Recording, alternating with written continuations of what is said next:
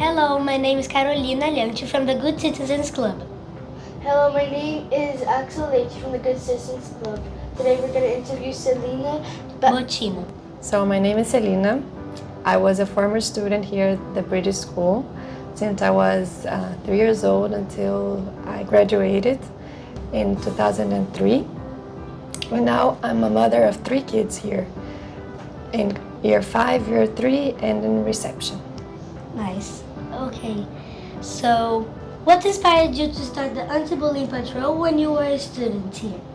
So, actually, I think, in class at the time we called it class 6, and I was very uncomfortable with the situation which I was seeing, in which I had some friends that were suffering from bullying, and I had also another friend that were actually doing bullying the others. So I felt I was in the middle of a situation in which made me feel sad and really uncomfortable. So I thought that I needed to do something to deal with that, with what was going on. Nice. I love this answer. How did the bully patrol work, and what did your team do to make it effective? So actually, I was myself and another friend, so we were only 2 people. And basically what we did was that we went to the coordinator to explain what was going on and that we wanted to help in some way. And then the idea was very simple, was that we would just announce people that we will be there for those who needed help and were suffering from any of these bullying situation, and they could come to us because maybe that would be easier because we were students just like them, and then we would help and take it to teachers and coordinators. What challenge did you face with the bully patrol, and how did you overcome them? There were some challenges because not everyone was very much engaged in putting forward the project. I don't think that all students were very also comfortable with this situation, and not all the school was very much engaged. At the time was different than what you guys are doing now, right? There is this anti-bully week that I heard of, and this topic is being discussed I think much more than it was at the time. So it was something that was not very widespread over the school. That was something that, even though it happened, but then people really, I think they didn't want to talk about it. Mm-hmm. Okay. How has your experience with the bully patrol influenced what you do now? I think that in a way it helped decide what I wanted to do, because if you go back to what made me come up with this idea, was just a simple feeling that I was very not at ease with the situation of seeing some people mistreating others.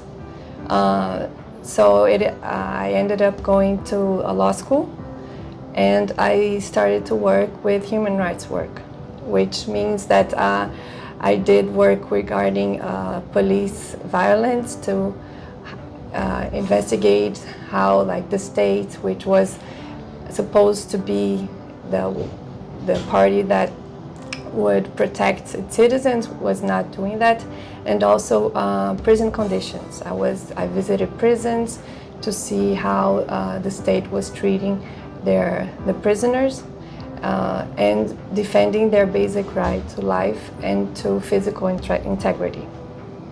Okay. What do you think makes someone a good citizen? I think it's not hard, but it's also, it shouldn't be hard, but in practice, it's not as easy as it could be, right?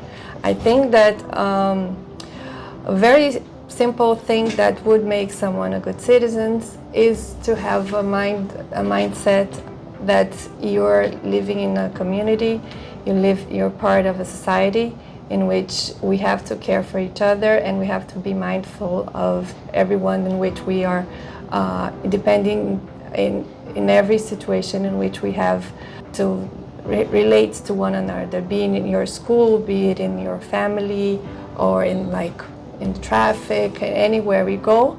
We are always dealing with people, and then we have to be mindful that we need to respect everyone in spite of their differences, which we are not everyone is like right. We have our own characteristics, but at the end we need to be very clear that everyone needs to be like respected, and if we have that mindset in mind, I guess it's the first step to be a good citizen.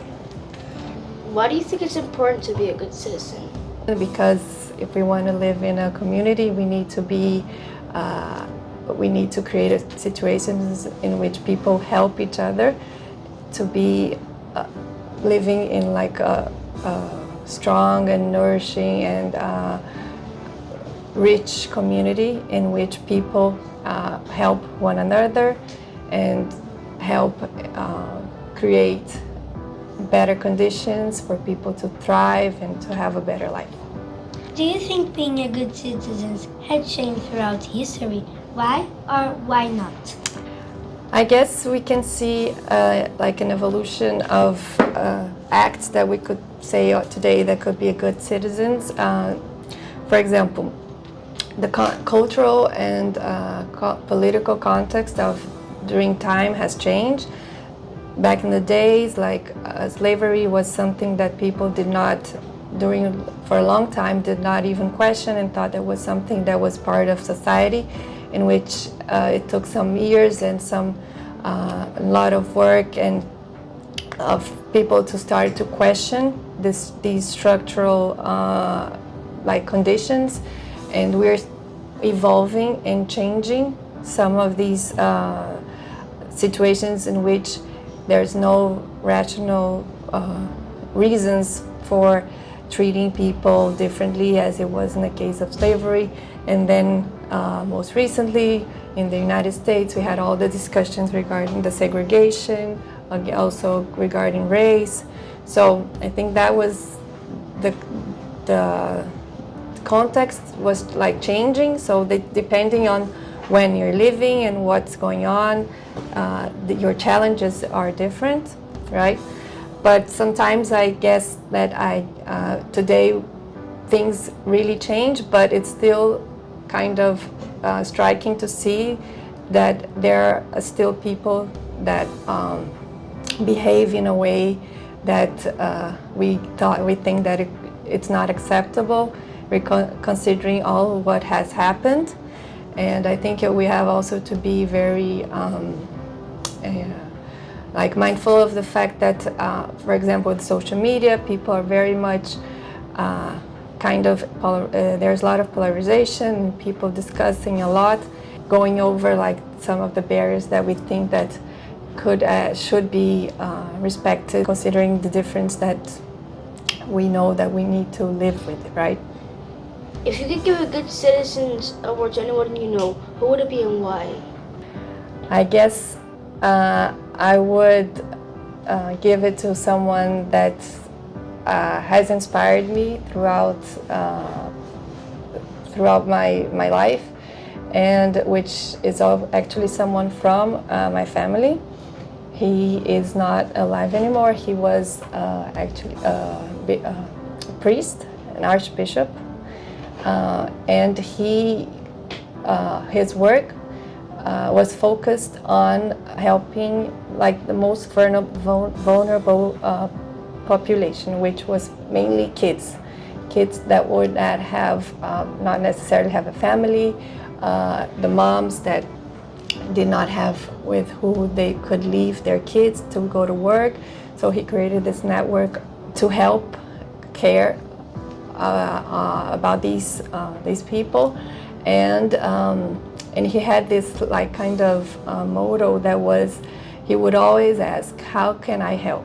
So and that was something that really was guided in his life, and we could see actually in all his acts was a reflect of this being this mindset of always putting others before yourself, like right, always thinking before how you could be helpful to someone else. Who taught you about being a good citizen? And what was the most important lesson you learned? I guess that was something that I learned by observing. As I was mentioning, I had this example at home. I think my parents and my family was always very taught us about how we have to be dealing and have to treat others. And I think most important is how is the example that you can see, the role models that you have, right? So sometimes you don't have at home someone that you want to be like, right? But there are many other examples, be it in school, friends, teachers, and that was something that that had inside me that made me look to learn more and to be inspired by others that had that mindset of helping others. Okay. Can you give an example of a time you struggled to be a good citizen? What did you learn from it? I think every day we are caught in situations in which we could have done something different, or being nicer to someone, or that we put ourselves first than others. We want to get done our things, and sometimes we did not help someone that asked for help. Sometimes we did not listen when someone wanted to talk, because just very simple things that we could do that sometimes we don't pay attention because we are very anxious to do what we need to do. So I think every day we have to be cautious and understand how different we can do be than the day before, right? So when you go to sleep, we can have to rethink about how was your day, and then when was some situation which you were not that happy, or what could have done different, and you can set some objectives to become a better person the next day and then the next day. And I guess if everyone had that idea in mind, we would really help create a much nicer community, and each one can do that in where you're at, be it in your school, in your family. And I think examples, they are really powerful to help and inspire others to do the same. I'm very happy to be here, 20 years after graduating from the school, and having the opportunity to contribute with this project, which is super, super nice, and very excited to be here. So this was Ms Almeida Bottino interviews, and thank you for your time, Ms Celina. Thank you.